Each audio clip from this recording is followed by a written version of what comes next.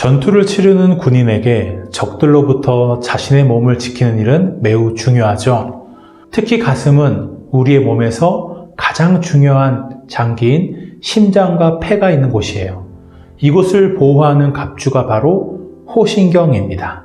그리스도인은 하나님과 함께하는 영원한 생명을 소유하게 되었어요. 하나님의 자녀로서 살아가는 우리의 영혼의 심장을 지켜주는 호심경이 무엇일까요? 하나님의 의입니다. 이사야 59장은 말씀해요. 오직 너희 죄악이 너희와 너희 하나님 사이를 갈라놓았고, 백성들에게는 하나님 앞에서 내세울 의가 전혀 없었어요. 그들의 죄악은 하나님과 자신들을 영원히 분리시켰으며 하나님께 이를 수 있는 길이 전혀 없었습니다. 그런데 그때 하나님께서 공의의 갑옷을 입으시고 우리 영혼의 대적들과 싸우십니다. 주님은 강한 팔로 대적들을 물리치시고 그가 택하신 백성들에게 구원을 베풀어 주세요. 그들을 하나님과 분리한 죄로부터 구하십니다. 하나님은 안전하게 멀리 떨어져서 자기 백성을 구원하신 것이 아니에요. 하나님이 우리를 구원하시기 위해 치르신 대가는 너무나 값비싼 것이었습니다.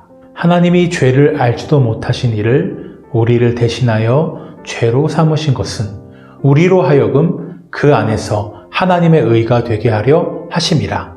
하나님은 죄인을 하나님의 의가 되게 하시려고 당신의 의로우신 아들을 우리에게 주셨습니다.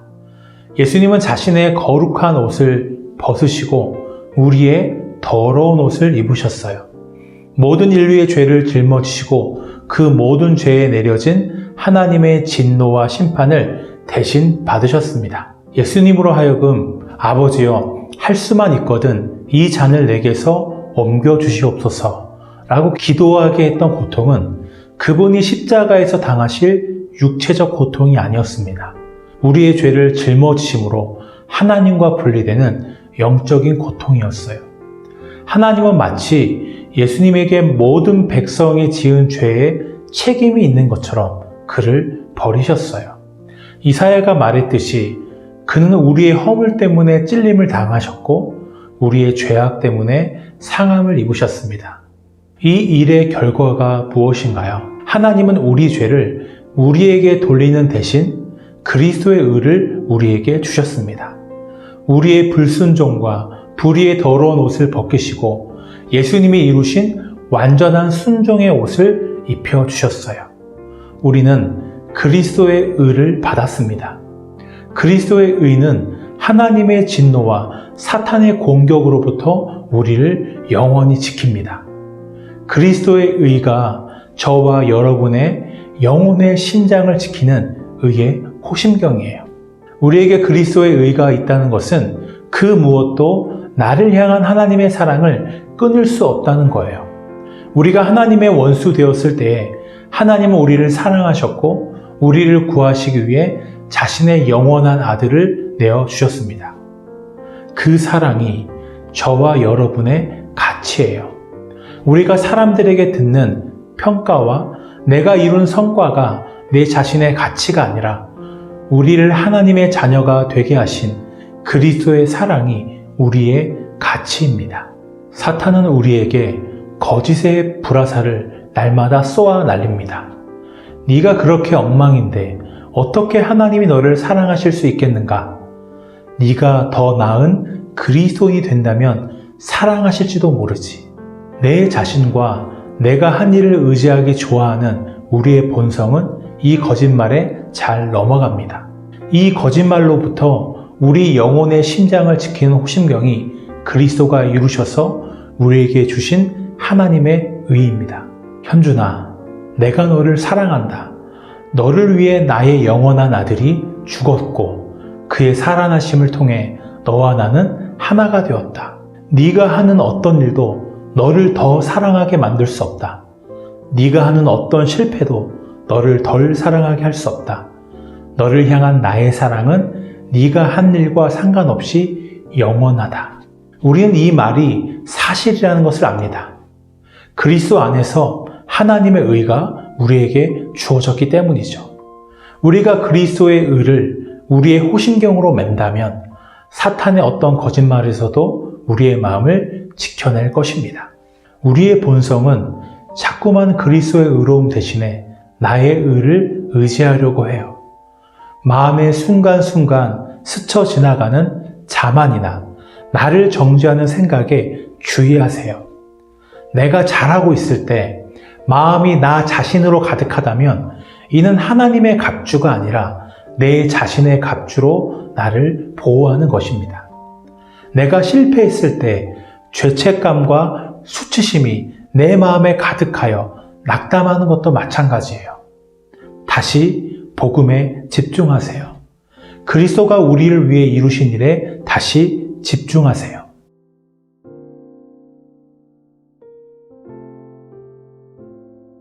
신발의 본래 기능은 발을 보호하는 것입니다.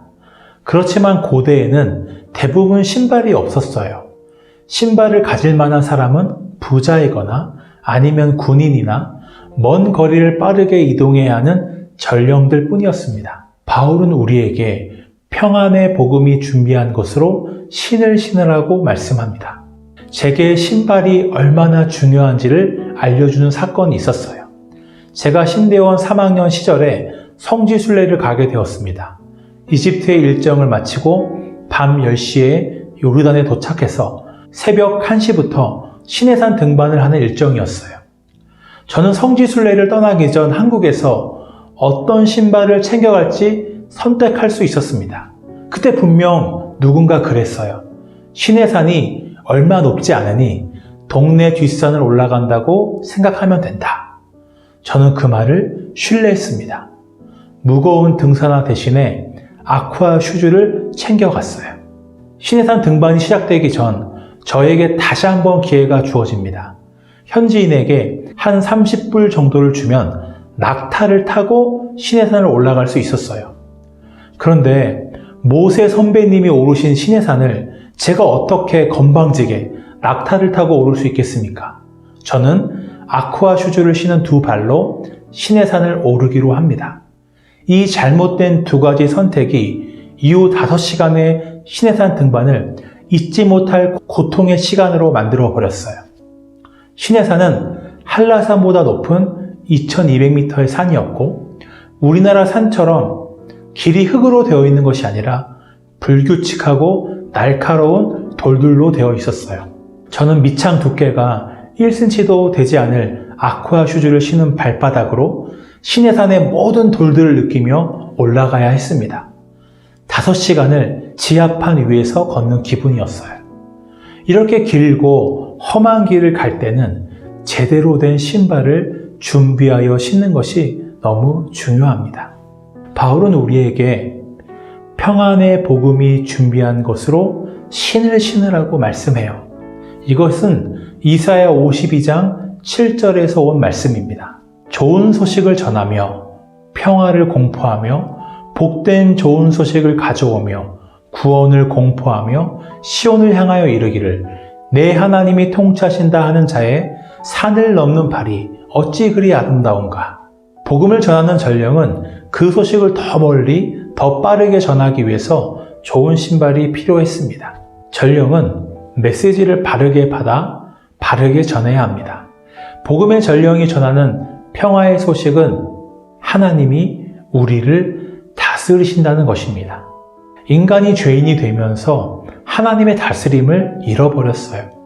우리를 다스릴 힘이 없는 우상을 경배하고 의지하게 된 것입니다. 우리는 고대의 사람들처럼 온갖 신들을 예배하지는 않을 수 있습니다. 하지만 여전히 세상의 온갖 것들이 나를 축복하거나 망하게 할 능력을 가진다고 믿어요. 우리는 돈이 내 삶에 행복을 주거나 혹은 반대로 내 삶을 비참하게 할 거라 믿습니다. 그래서 돈을 의지하고 집착합니다. 돈 말고도 쾌락과 명예와 성공, 외모, 여러 관계들이 이 우상의 자리를 차지할 수도 있어요. 이런 것들 중 어느 것도 우리를 다스릴 수 있는 진정한 능력이 없습니다. 그것들은 우리를 다스리지 못하며 쉽게 사라져 버려요. 우리에게 평화를 주지 못합니다. 복음은 우리를 이런 거짓 신들로부터 자유롭게 하여 하나님의 다스림을 받는 삶을 살게 합니다.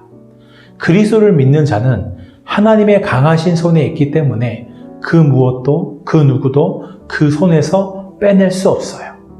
그리스도 안에 있는 사람의 평안은 그 무엇도 깨트릴 수 없습니다. 우리가 이 평화의 소식을 전하려면 먼저 우리 자신이 이 평화의 좋은 소식을 들어야 합니다. 우리가 살아가는 세상은 우상들과 나 자신과 내가 한 일로 평화를 누리려고 하는 가치로 가득해요. 우리의 시선이 나 자신과 내가 한 일에 고정될 때 복음이 주는 흔들리지 않는 평화를 놓치게 됩니다. 이에 대한 해결책은 시선을 나 자신에게서 하나님께로 옮기는 거예요. 하나님이 우리를 죄에서 깨끗하게 하시기 위해 행하신 일들을 보는 것입니다. 주목하는 것입니다. 우리는 예수님께서 우리를 위해 하신 일들로 인해 하나님과 바른 관계가 되었어요. 우리는 그리스도와 함께 영광스러운 유업을 받게 될 것입니다. 하나님은 죽음과 고통, 슬픔과 눈물이 다시 없는 곳에서 우리를 향한 놀랍고 영원한 미래를 계획하셨습니다. 이 땅에서 치르는 영적 전쟁이 전부가 아니에요. 사탄과 그의 세력에 맞선 싸움은 영원하지 않습니다. 싸움과 행군에는 끝이 있고 언젠가 이 신발을 벗고 평안히 쉴 때가 올 것입니다.